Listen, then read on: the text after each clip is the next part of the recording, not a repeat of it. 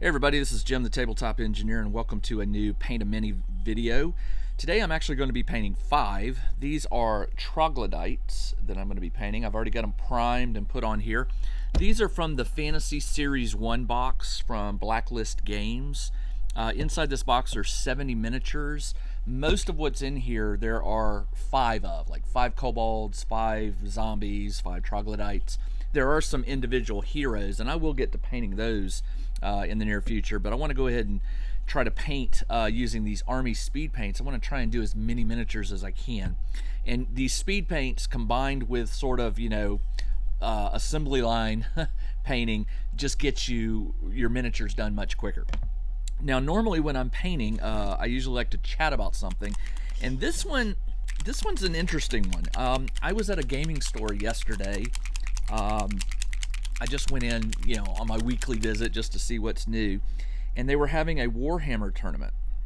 Warhammer from I just went blank on the name of the company. Anyway, Warhammer 40K. They were having a tournament. And by the way, before I forget going, what I'm doing is I'm going to use pallid bone to paint the spikes on the head and back and the claws on the troglodytes, and then I'll hit their bodies. So I went in and, I just went in to look around the gaming store, but I got kind of caught up in the Warhammer tournament because there were a couple guys there that I knew who are into Warhammer and they were playing. So I just, walked over to them and spent a few minutes listening to them play, and it was a tournament, so I tried not to interrupt them as much because they were on a time limit. But while I was watching, I got asked point blank. It was kind of weird. I didn't expect to be put on the spot. The opponent, I don't know who he was. I don't know his name, but he just asked me. He's like, "You don't play Warhammer?" And I said, "No, I'm not a Warhammer fan." And he said, "Why not?"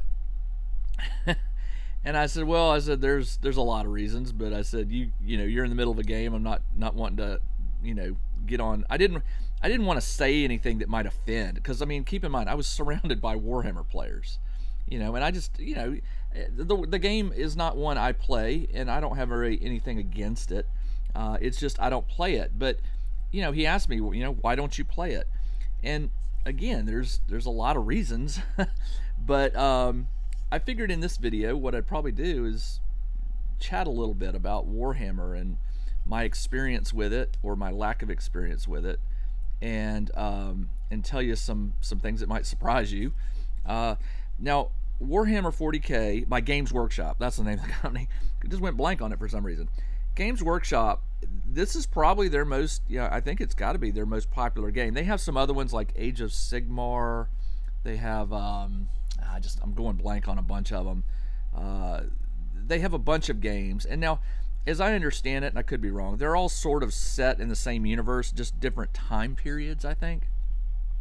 But whatever the case, I don't play any of Games Workshop's games, and it's not because I don't like their miniatures. It's not because I don't care for the lore, which I have to admit the lore of the 40K universe is quite impressive.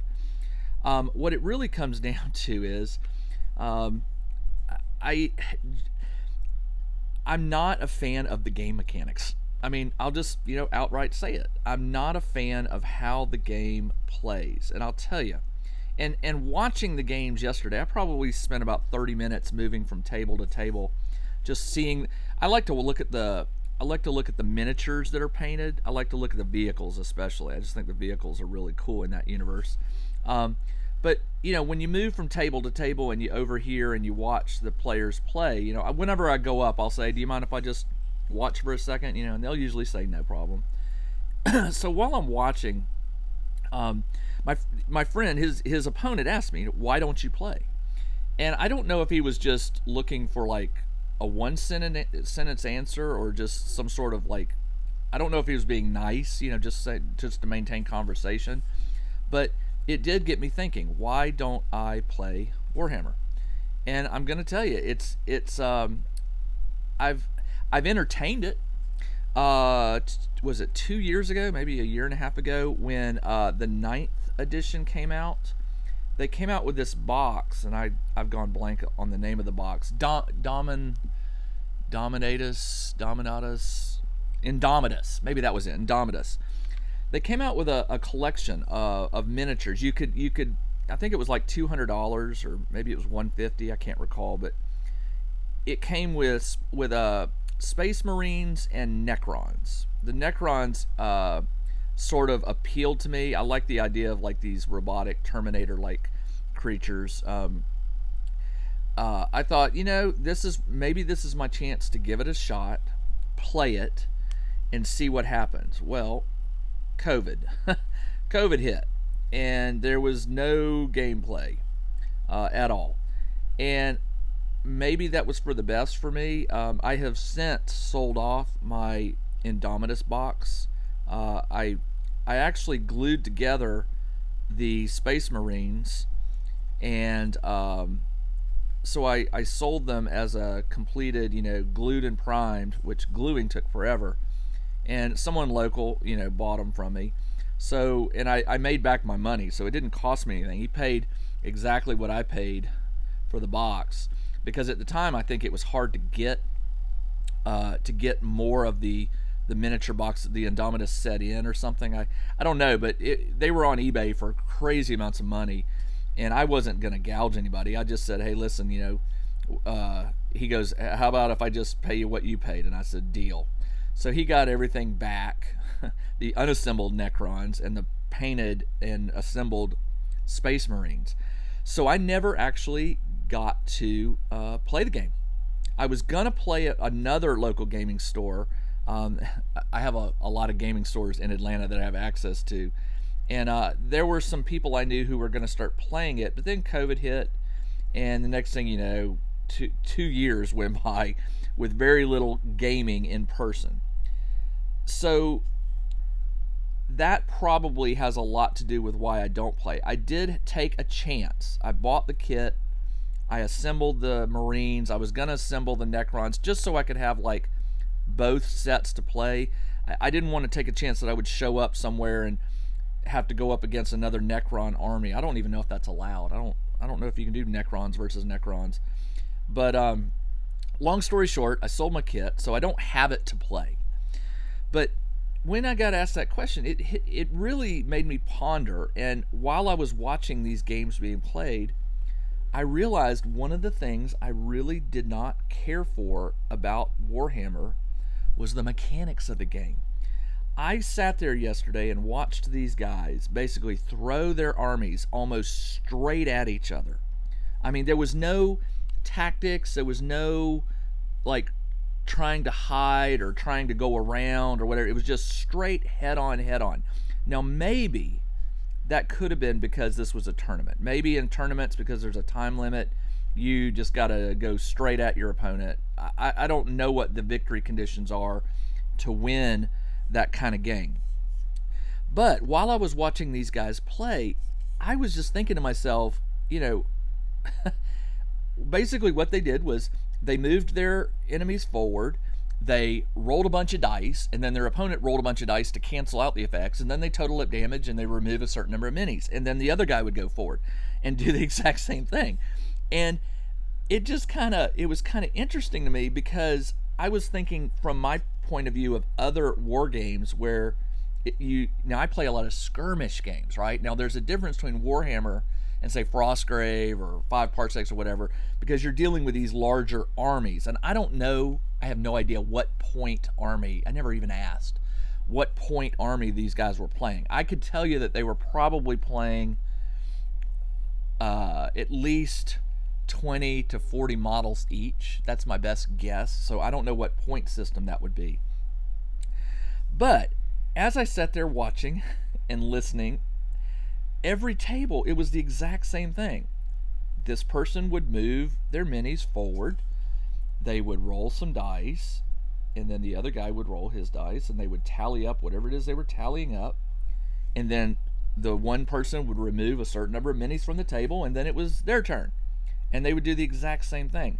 It was it reminded me of like the Revolutionary War. The British would line up in a line, fire their rifles at the at the rebels or the American revolutionists, and then the other side would, anyone surviving would point their rifle at the British and fire, and they would do this back and forth. And you know, I realized that at the time that was how warfare was done, but it's not a very maybe that was efficient at the time because maybe the weapons weren't very accurate.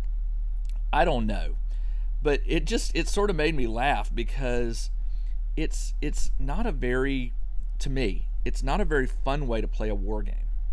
Um, Now that's a full war game, not a skirmish war game. So I gotta be fair and say, maybe that's just how the game is played. I haven't watched enough Warhammer, and by enough I mean I haven't watched hundreds of games or even dozens of games to know all the nuances of Warhammer. So I'm not picking a fight here with any Warhammer players. You don't have to come at me. I'm not asking you to defend your game.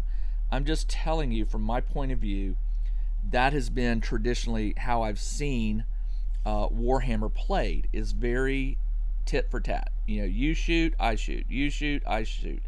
And granted, a lot of war games are that way. I mean, pretty much if you're playing a war game, that is sort of the rule, right? You're supposed to eliminate the other side while keeping your enemy, your army intact. So it is back and forth. But there should be some, I don't know, there should be some strategy to it. And maybe there is. Maybe I just wasn't seeing the strategy, the strategy of the game. I'm not going to say that there isn't any. Maybe there is, but in my experience, I haven't seen many war games or many games of 40K that did not involve just sort of a back and forth. You shoot, I shoot. Then we take our armies, our dead warriors off, and just keep going until somebody survived. The games do seem to have some sort of objective system, like you have to control certain key points. But at some point, it's just still, you're just rushing in to try to grab a point or take a point away from another player. And I wasn't seeing, for that size of a game, I guess what I'm getting at is, for this size of a game, I was expecting a deeper amount of strategy. And maybe there is. Again, I'm not saying there's not. I'm saying from an outsider looking in, the game just doesn't appear to me to have a whole lot of variability.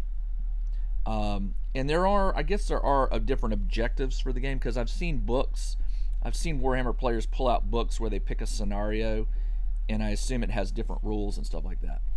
But for me, it just has never been a game that has held my interest for long. I tend to watch like 5 minutes at this table, and I'm like, okay, not much going on here.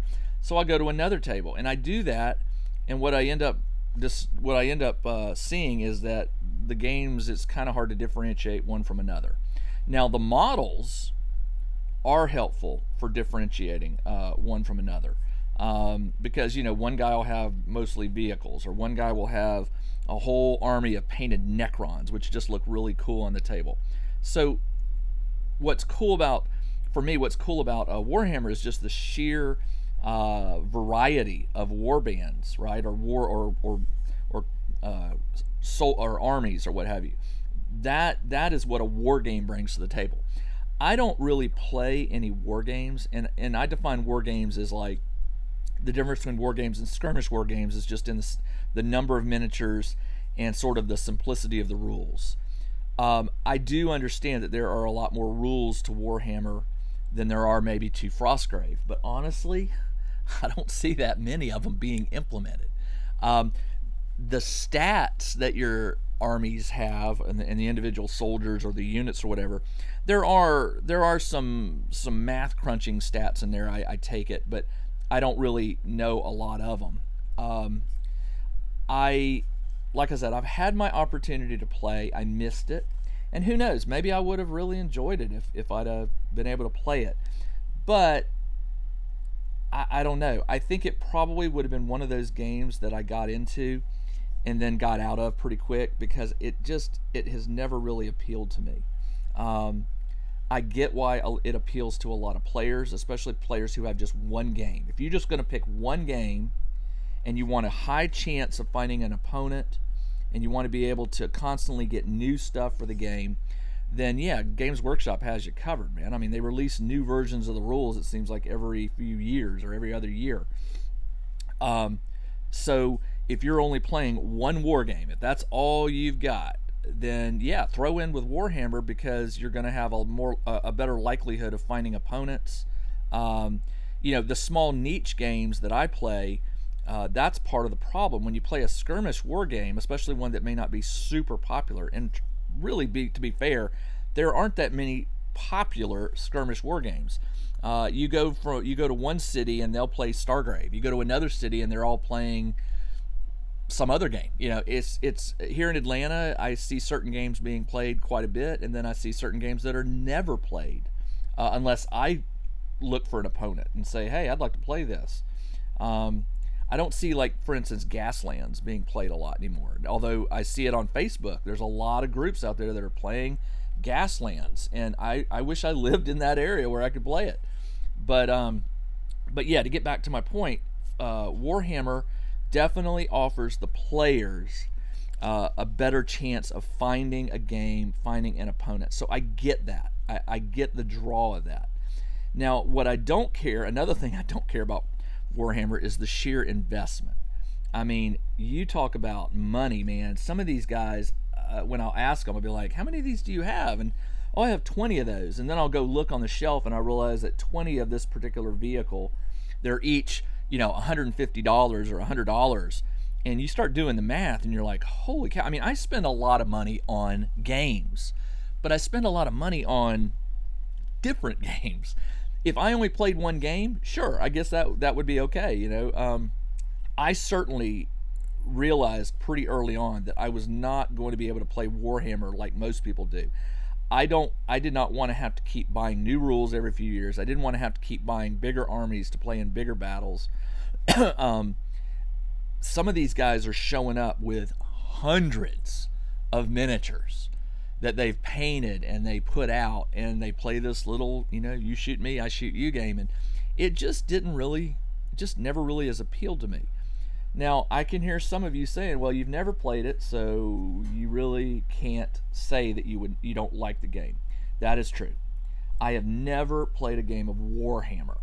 What I have played, I played a game of Kill Team once, which had a very similar rule set as it was explained to me, and I didn't take with Kill Team. Kill Team did not do it for me.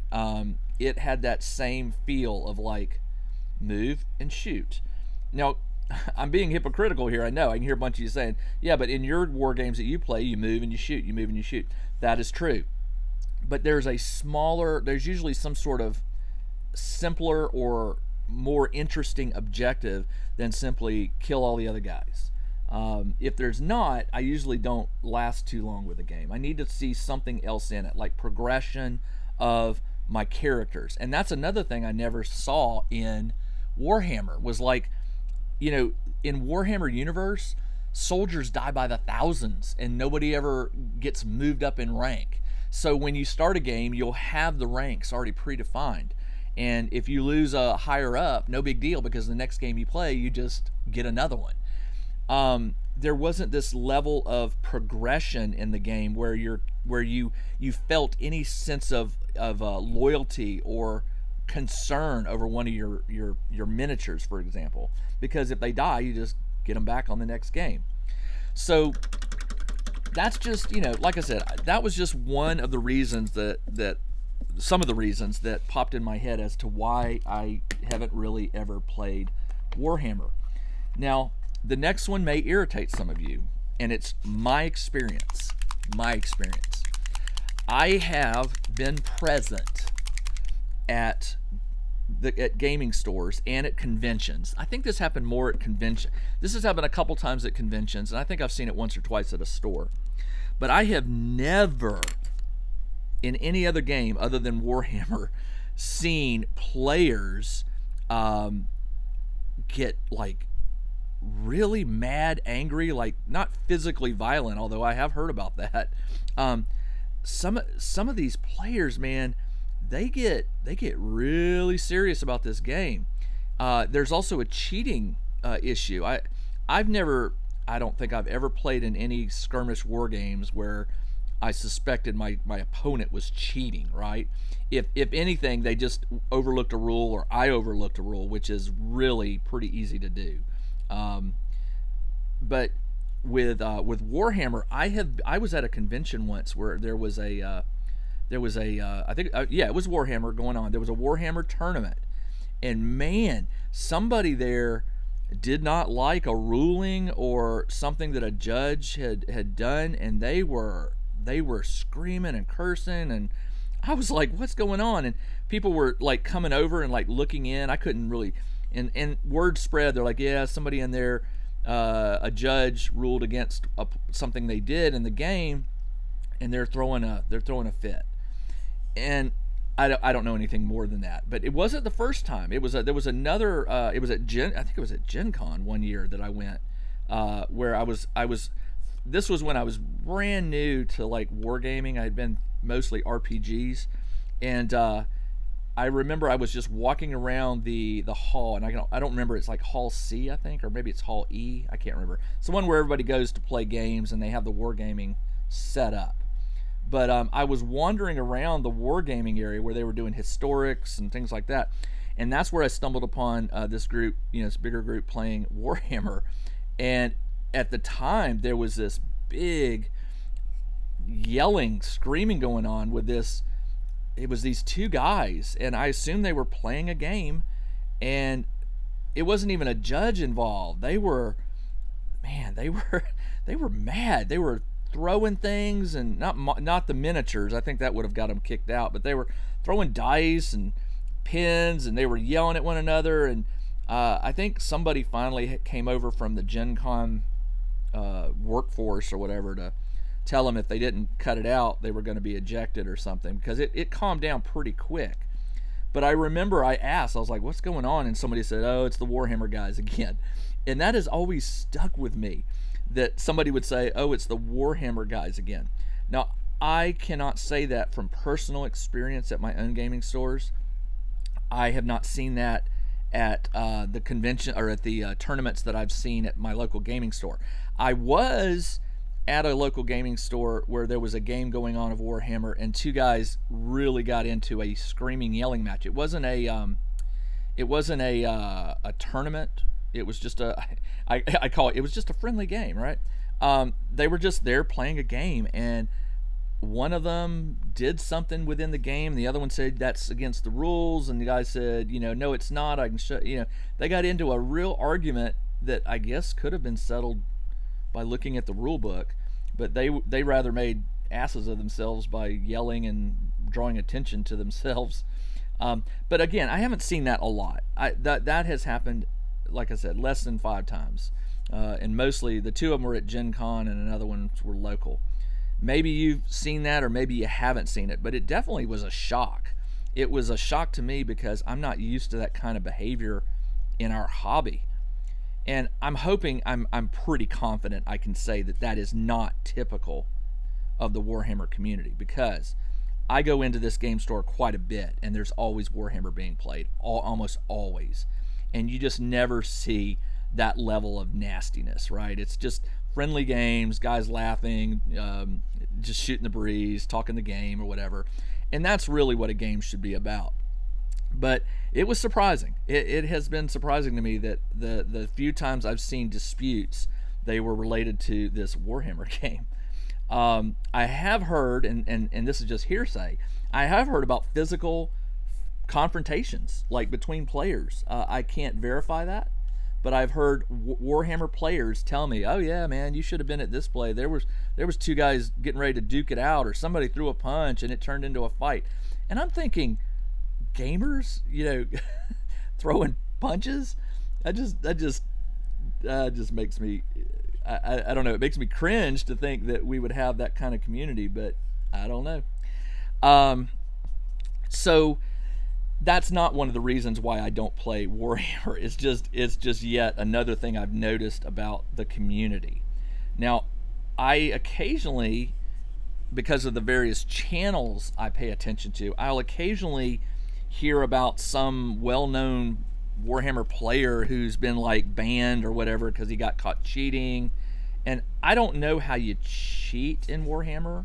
Um, maybe you fudge the dice when the other player's not looking, or maybe you sneak miniatures onto the table. I don't know. I don't know how you go about cheating at Warhammer, but I've heard it. I've heard discussions about how such and such a player won't be invited back to this tournament or that because they were caught cheating.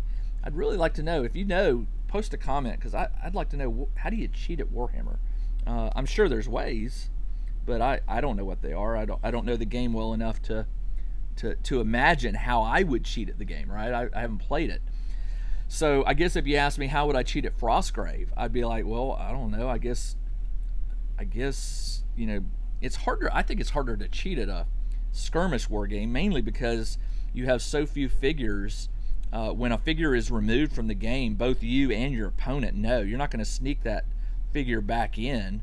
Mainly because the most figures you can have is 10 on the table. It's going to be pretty obvious when you get your opponent down to like 8, and then all of a sudden a ninth is back on the table. That would be hard. So I guess maybe it would be like interpreting the dice wrong, or I guess you could say that, like, unless your opponent is checking your roster band, you could sneak by something saying, oh, his fight is +3, and maybe it's really +1. But if your opponent trusts you and doesn't look, they're never going to know, right? That's one way, I guess. Maybe that's how people cheat, is they don't tell the truth about the stats of their war band or whatever. I don't know. I'm getting sidetracked here. That may be for an interesting discussion. How do you cheat at wargaming? I don't want to give anybody ideas. So Warhammer, is very popular. I mean, this company GW pretty much prints money. I mean, if you go out and you look at how many channels are out there that are dedicated to just Warhammer, it's crazy. You don't get near that many groups or videos on skirmish wargaming. I mean, they're out there, but you just don't see them in the quantity that you do. So Warhammer is definitely sort of the big, it's the 500-pound gorilla in the room when it comes to war games, at least non-historical war games. I don't know what it would be for historicals. But as I watched all these players play yesterday, it made me realize that maybe I dodged a bullet here.